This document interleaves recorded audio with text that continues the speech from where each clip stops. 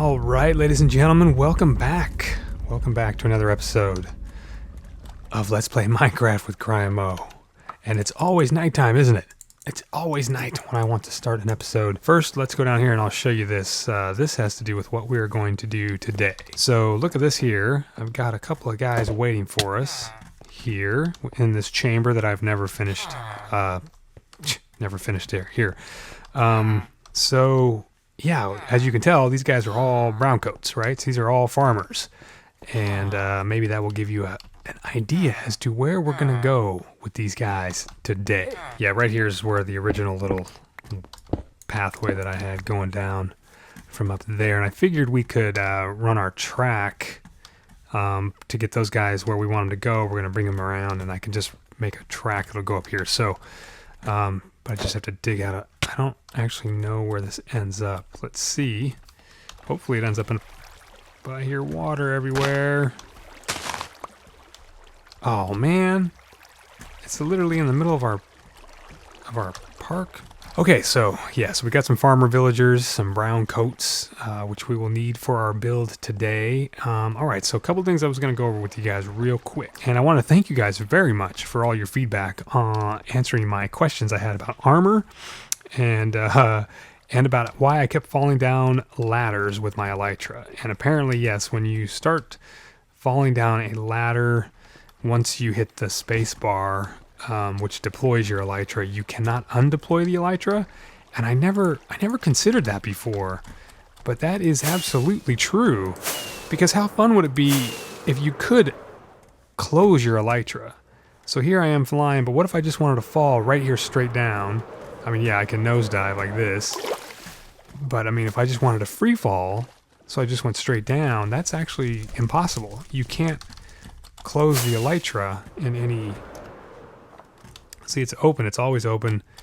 No matter what you push, shift, crouch, whatever, it won't close the Elytra, so you can't fall, which is kind of interesting. I kind of wish there was something you could do that would close your Elytra and let you just fall.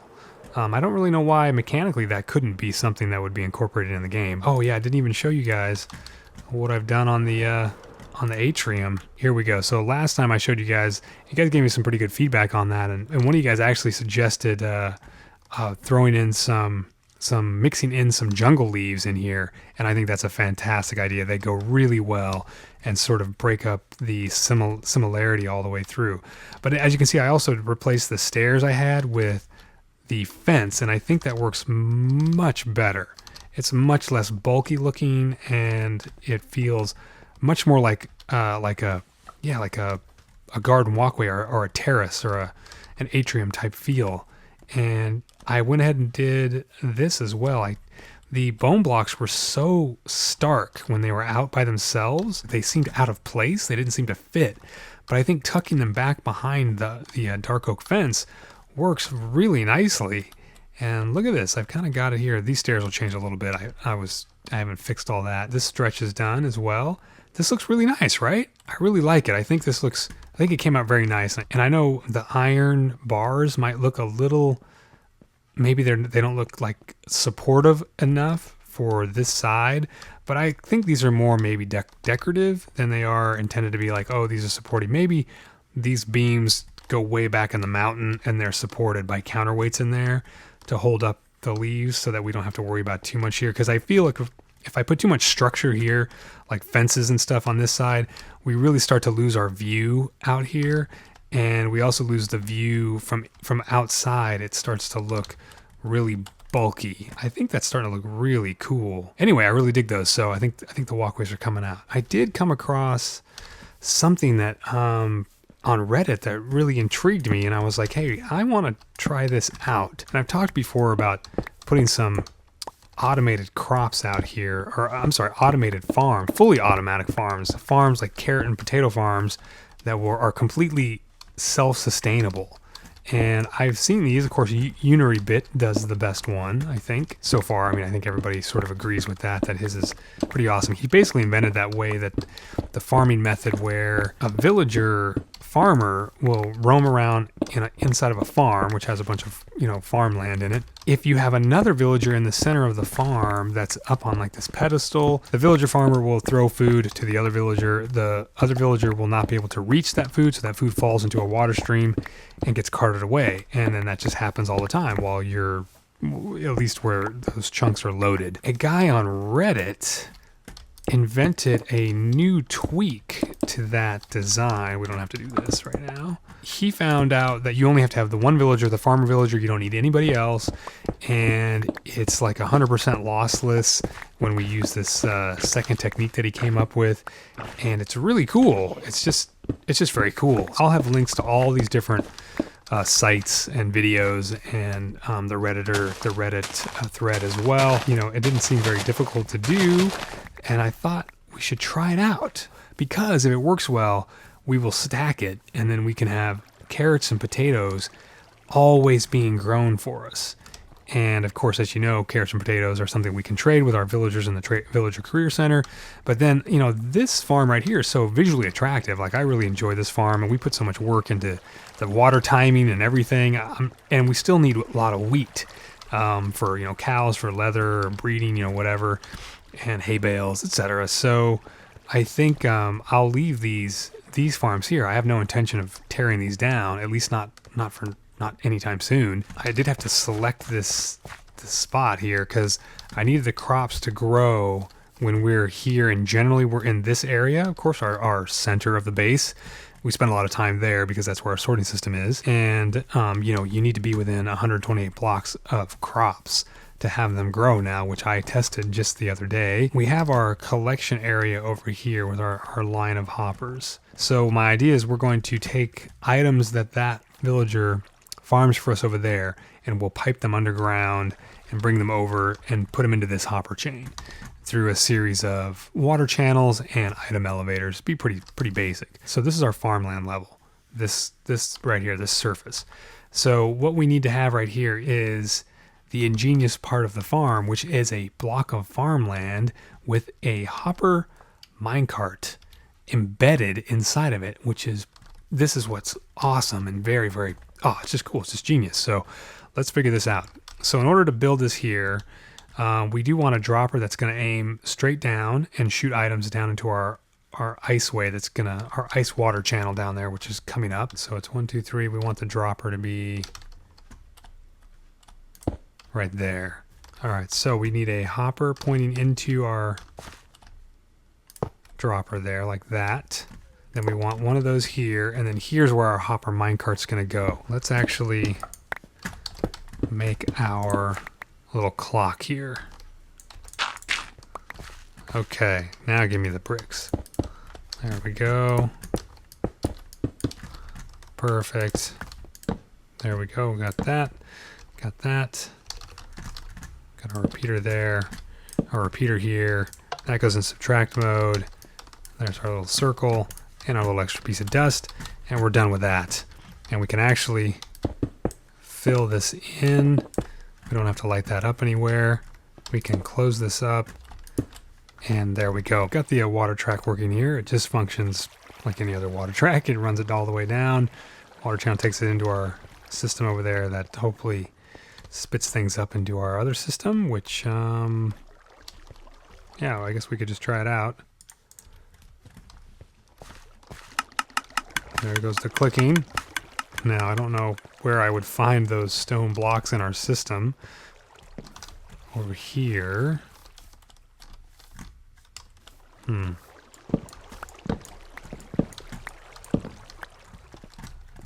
Let's see. I do have an overflow. Look at that. I didn't realize I put an overflow in here. And there they are, all of them. And why is all of this stuff in the overflow? Huh. That's a bit disconcerting. I mean, poisonous potatoes, yes, that's what you would imagine would be in here. I don't understand why all of these are in here. Maybe they flow. I don't get that. This system should catch everything. It's just weird, but okay. okay, we'll take those. We'll come in there and fix this stuff up here in a bit. Okay, so now we need to get a minecart with a hopper right here with a piece of dirt around it. So what we need to do is put a temporary piece of grass there. We need the rail there. Then we need our cart here. And now when we take this away, that falls down right on top of the hopper where we want it to be. We want this to be right here. Somehow when I shift click on here, it won't place on top. So we just do like that. So now let's put our piston up here. We want it to be facing down, like so. Very good, very good. Let's put our lever. And see, it pushes that block down. Now we can take all that away. And now this is our, we know that this here, I mean, if we drop anything on top of this, it's going to disappear. It's going to suck it up. The hopper will suck it up and spit it into our system. We do need our 2 things of water. This is for our farmland.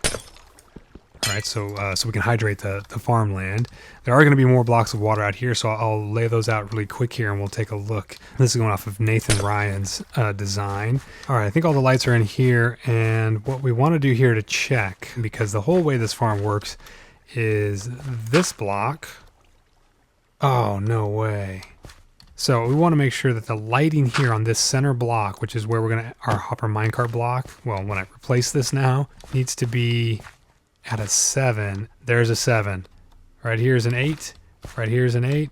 8. 8 right there.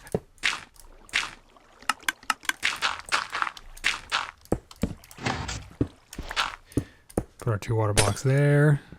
There we go. Hydrating all of our farmland one more time. And there we go. This crop is not popping out of the ground. It's supposed to instantly pop off the ground. Oh my goodness. Oh my goodness. I forgot the actual magic. I forgot the actual magic that makes this work. Of course, because of course, who am I? I'm your friendly neighborhood CryinMo. I'm going to do these 2 over here, like this. There we go. We want this arrow pointing this way, so that means there's a face. Let's see. The faces are facing each other, and what they'll do is they'll make a, good Lord. Get out of there. There we go. So let's put this stuff back in here, put this back in here.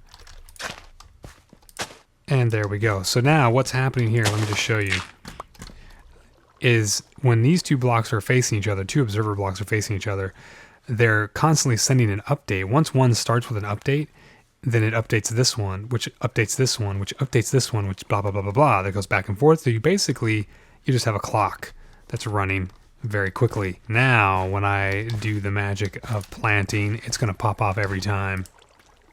Look at that. Look at that. Because it's updating every time going, oh, check the light, check the light, check the light, check the light, check the light. And every time it checks the light level and says it's light level 7, it says nothing can grow here, nothing can grow here. And that's what the farmer is going to do. He's going to be the guy that comes in here and goes, hey, I just want to plant everything. My programming says to run around and plant everything, and I want to plant this block right here. And he's going to do that until his inventory is empty. Then he's going to run around here, harvest more. He'll harvest crops that grow here. He'll plant those, and then he'll eventually find his way back here and go empty farmland, plant, plant, plant, and empty out his inventory one more time. Now, the reason why we have slabs in the ceiling, and you have to use slabs, you don't have to use slabs everywhere, but since you're going to put slabs in, you might as well use slabs everywhere, but you don't have to. But they're specifically because of this block covered. If you put a lily pad or a carpet here, watch how I rise up. See? You see how I go up a little bit and I drop down? Well, if you have a full block here, you actually can't cross through this, and sometimes I guess the farmer villager will get stuck. He won't like go around because he's just a dumb computer program, and he doesn't actually, his pathfinding will sometimes just get stuck here, and he'll just keep trying to move forward, but he'll be stuck on a block. So the way to alleviate that is to put slabs all across the ceiling so that he'll just go right over it and he won't mind a bit. And he'll just roll over here and plant some more carrots that our hopper minecart will instantly pick up, and he will never get back, and we will get into our system. So how awesome is that? And that's all due this little bit right here. And these two little blocks completely removes the need for another villager and water streams and all that crazy stuff that you would have done with the original Unarybit design, which, not to take anything away from Unarybit, he definitely is the person that invented this whole thing, and this guy only came up with this because of Unarybit's design. Redditor Squomp is a genius in himself, is his own type of genius, who tweaked this and modified it and made this to where CryinMo would make it, because it's so easy. So the idea that I wanted to make this as an automatic farm, meaning one I don't have to do anything with, right? That's what's appealing to us as players, right? Like, oh, that's we don't have to go and harvest the crops and then plant the crops. We just can let a villager do it for us while we hang out and do other stuff. And while we're doing other stuff, the carrots will be growing and harvesting all by themselves. And I was thinking, like, okay, so that's kind of what humans, we as humans, we want that. Like in real life, we want things to be automated. We want them to be cheap and affordable. We want to have everything without maybe working too hard for it. Because if we can make something easier, why not, right? If we can save ourselves some time so that we can have free time to do whatever it is we want to do, like play Minecraft or whatever, versus things that we have to do. You imagine back in the 1800s, 1700s, any time before the Industrial Revolution, you had to spend a whole lot of time during the day growing your food and making sure you had enough food to eat. You had to go hunting, and you had to do stuff. You had to exert energy and expend energy to survive.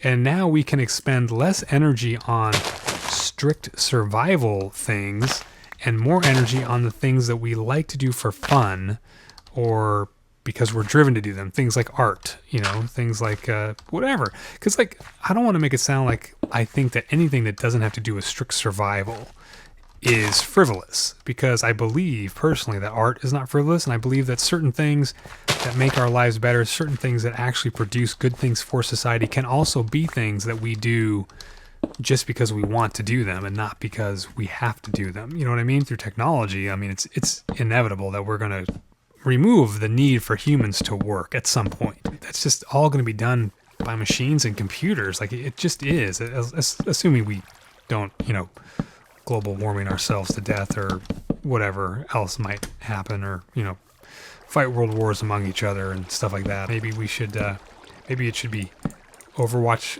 tournaments that settle world disputes. I have no idea. I'm just being facetious. But if we lived in a society where you didn't have to work, what would you do as a human being? What would be your point in life? I think the point of life would then be to create art, would be to create entertainment for one another, telling stories, creating games. I don't know. How do you be creative? Because I think humankind has an inherent desire to be creative, to make things. But whatever. Anyway, I saw a couple of things that kind of make me a little frightened for even humanity's creativity. A guy that we use a lot of his music, I use a lot of his music in my videos here because it's free and it's licensable, meaning he offers a Creative Commons license, so you can use his music in commercial work without charge as long as you credit him, and his name is Kevin MacLeod. And of course, if you use any music at all from online, royalty-free stuff, you've come across this gentleman's name. I came across an article on Kevin MacLeod's website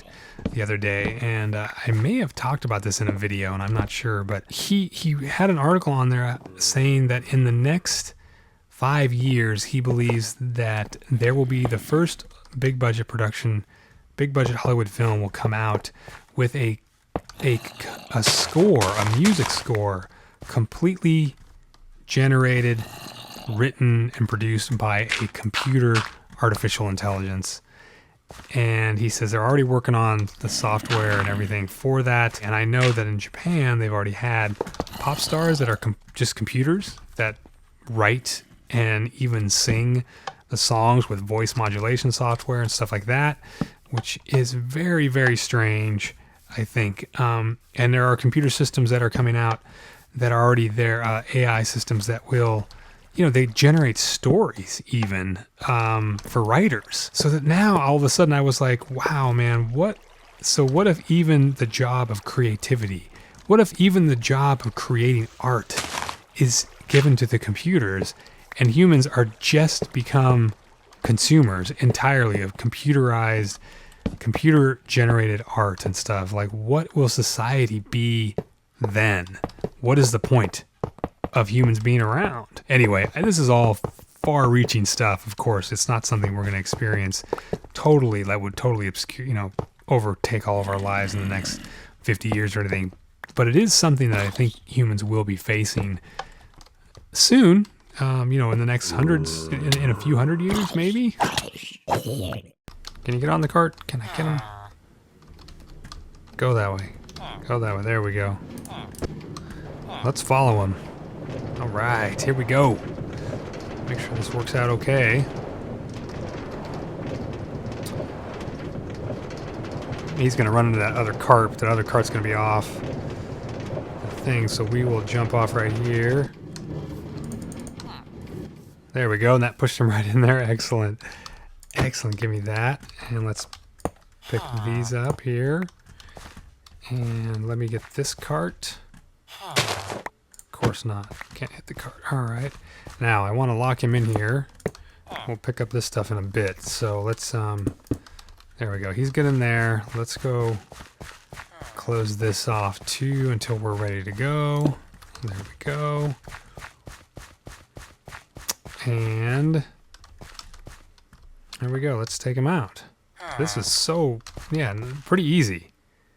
I don't want to hit him. Perfect. All right, buddy. Why can't I pick that up? Oh, I'm going to give you some carrots here. Pick them up. Take them all.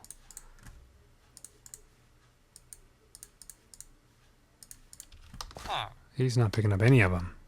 No, he picked up some, right? Oh, he got them all.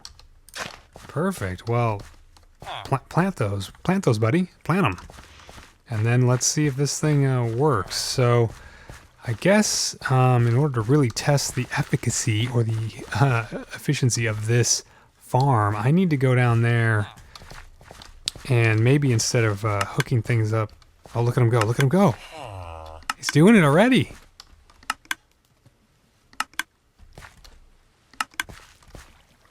It's working already, instantly.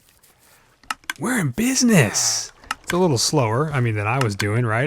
But still, we don't have to worry about this now. We can go off and do our things as long as we're within, well, for the crops to grow, we got to be within 128 blocks of this. So, but we don't have to harvest these or plant them. And planting them is really the pain in the butt. Look at that. He wanders away and he's like, wait a minute, that's an empty farm. I got to put the farmland back in there. But when he runs out of carrots, so he's obviously putting all the carrots in that I just gave him. I probably didn't have to give him that many carrots, but he's going to plant all those there. So we're going to, that's a whole bunch. That's 5 stacks I gave him. Of course, that was pretty dumb. I guess you could just give him, a stack. Anyway, once he's done and he's run out, then he will harvest these carrots. And then he'll go back and he'll plant all these again. He'll harvest them and plant them. And then it'll be stuck right here, and he'll unload his inventory into here again, and then he'll go out, harvest more carrots in order to plant that, and then he'll replant these as he goes, and he'll come over here, and I'll always put the harvested carrots into our system for us. So we are in excellent shape, and he is working really well. So let's go here, and I think he is completely safe and sound in there now. Look at that. He tries to get away. He's like, oh, no, I got to plant that. I got to plant it. There we go, guys. I hope you had a good time watching this episode. I had a great time hanging out. Let me know what you guys think about my little philosophy discussion and what you guys think about the future of the human race. There's nothing small here on the CryinMo show, is there? We talk about the future of the human race and all sorts of things like that. All right. Anyway, guys, I hope you had a great time today. I hope you have a great couple of days, and I will see you soon in the next episode. Take care. Bye-bye.